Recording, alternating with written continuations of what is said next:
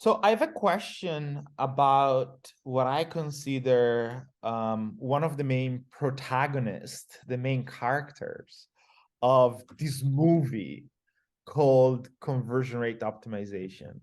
And one of the protagonists, together with motivation, is called anxiety. Should we talk a little bit about this? Like how the concept of anxiety is so important from a CRO perspective. Yeah.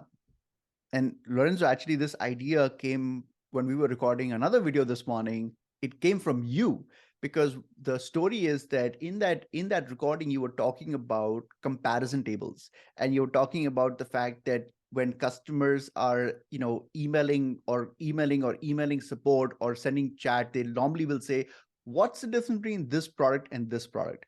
And the thing is that if you cannot solve that anxiety of understanding what the differences between these two products, it's a conversion blocker. But the reason why I want to record this specific video is because I think marketers don't appreciate the anxiety. And I want to make a very specific point Mm. here. So a lot of times when I'm talking to marketers, they'll say, look, we have a comparison table and we talk about all the attributes. It's very clear for the buyer. So therefore, it's a checkbox. This is done. Here's a very interesting thing. There are lots of studies that have been done on this. There's one specific study that was done where they kind of did an experiment on students in a university. And what they did was they asked students to remember a number. And the way they did it was they asked them to remember a number, and in one scenario they gave him a bowl of fruits and they said, can you go to that room? And another scenario they actually gave them chocolate cake. And what they found was that their ability to actually remember stuff was affected whether they were eating something healthy or not healthy. Similarly, they've done studies on solving math problems depending on the stress level. So they would actually artificially put the student in a stressful scenario and give them Okay. a math equation to solve. And another scenario, they would actually put them in a very relaxed stage and they would ask them to solve a math problem. And they would notice that the student that was under anxiety did much worse in solving the math problem. So how does this relate to the comparison table? It relates because when the marketer is evaluating the comparison table, you're in a very relaxed state. You're not actually buying the printer. You're not actually buying the Dyson hair straightener for your girlfriend, right? So you're looking at the table and saying, this is straightforward. No, no, I want you to feel anxiety when you're looking at that comparison table. I think you'll realize that all those things that you're talking about are much more confusing when you kind of when you're in an anxious state. And the reason I'm saying this is because if we do not appreciate, again, you and I have talked a lot about empathy. If we do not understand and appreciate empathize with the anxiety that the buyer is having, then conversions will always be a problem. So this is just a very broad topic I wanted to discuss. I don't have a specific answer, but I think that it's you definitely cannot make a conclusion based on this. Is you cannot just, as a marketer who is never going to buy that printer that you're selling, look at a comparison table or look at any aspect of your content and say that, is this clear or not? You have to inject anxiety. And I think, Lorenzo, I think this kind of goes back to maybe research. Maybe we should do user testing on actual users and ask them like, hey, how clear is this table? And because they, especially people who are going to buy, because their anxiety level, again, anyway, I want to get your thoughts on this. I mean, it's something I Yeah. think a lot about. And you talk about my favorite word in e-commerce and CRO, which is empathy. And the way I think about this is like the only way to develop empathy towards the user is to understand the user. The only way to understand the user is to be in contact with the user. That being, reading through customer reviews. Like I think I think a lot about some old authors and poets and so on, and how they will write daily journals from whatever situations, like maybe like somebody that got arrested, and every single day they would write a journal how they felt. That's a great way to empathize with this famous author who got arrested, and every single day they would write down a journal about how they were feeling that day being in jail and so on. Well, the same, so you start reading, it's like, oh my God, I feel like I totally understand where he's coming from, right?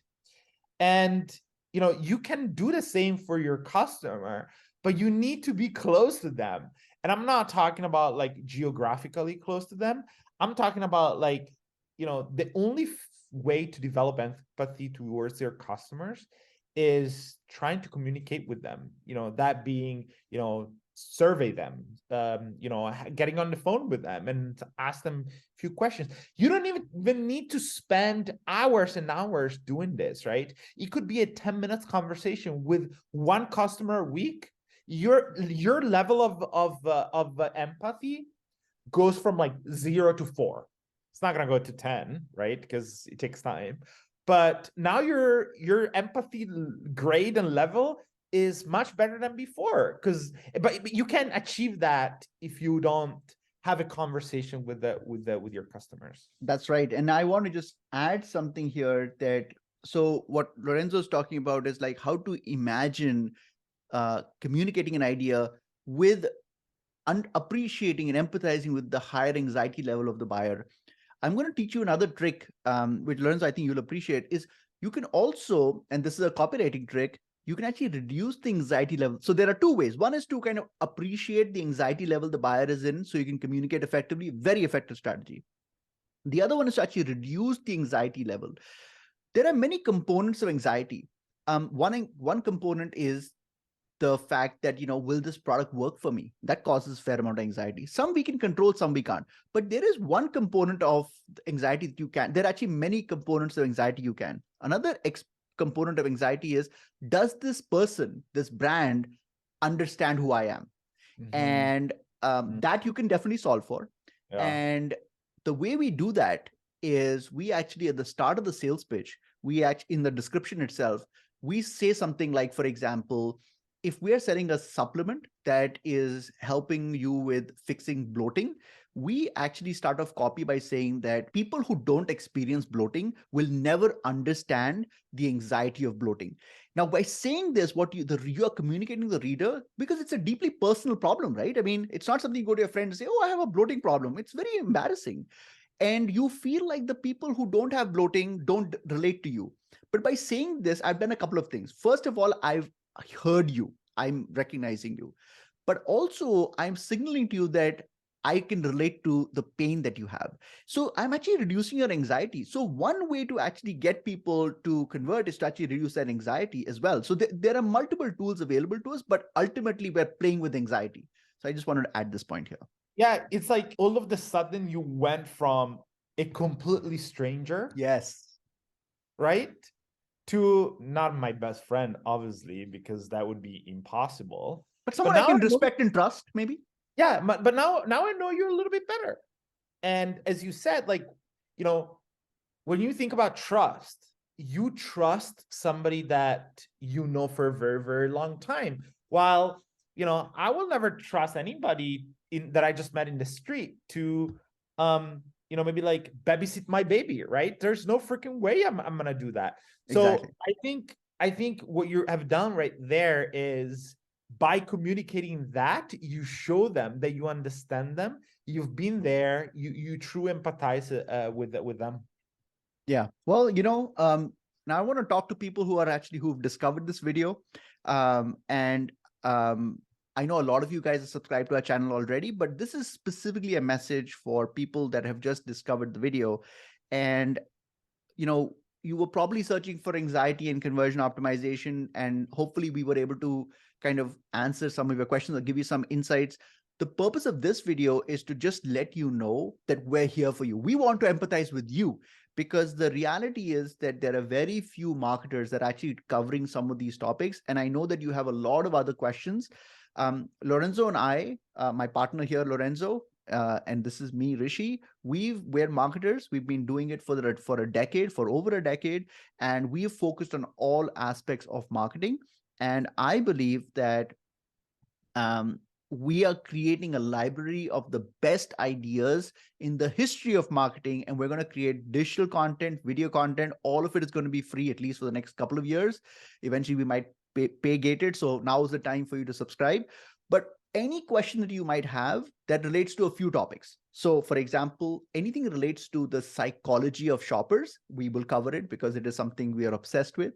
Anything that relates to copywriting, direct response copywriting, customer reviews, understanding consumer psychology, customer interviews, these are all topics that we cover. So my recommendation is for you to subscribe to this channel. And if you're not convinced, go back to the channel link and actually just randomly pick 4 videos and see if you like our content, because we're going to be creating a lot of this. Every day we publish ideas. We would love for you to join us in this journey. And we think that it's going to give you an unfair advantage over the competition. So thank you.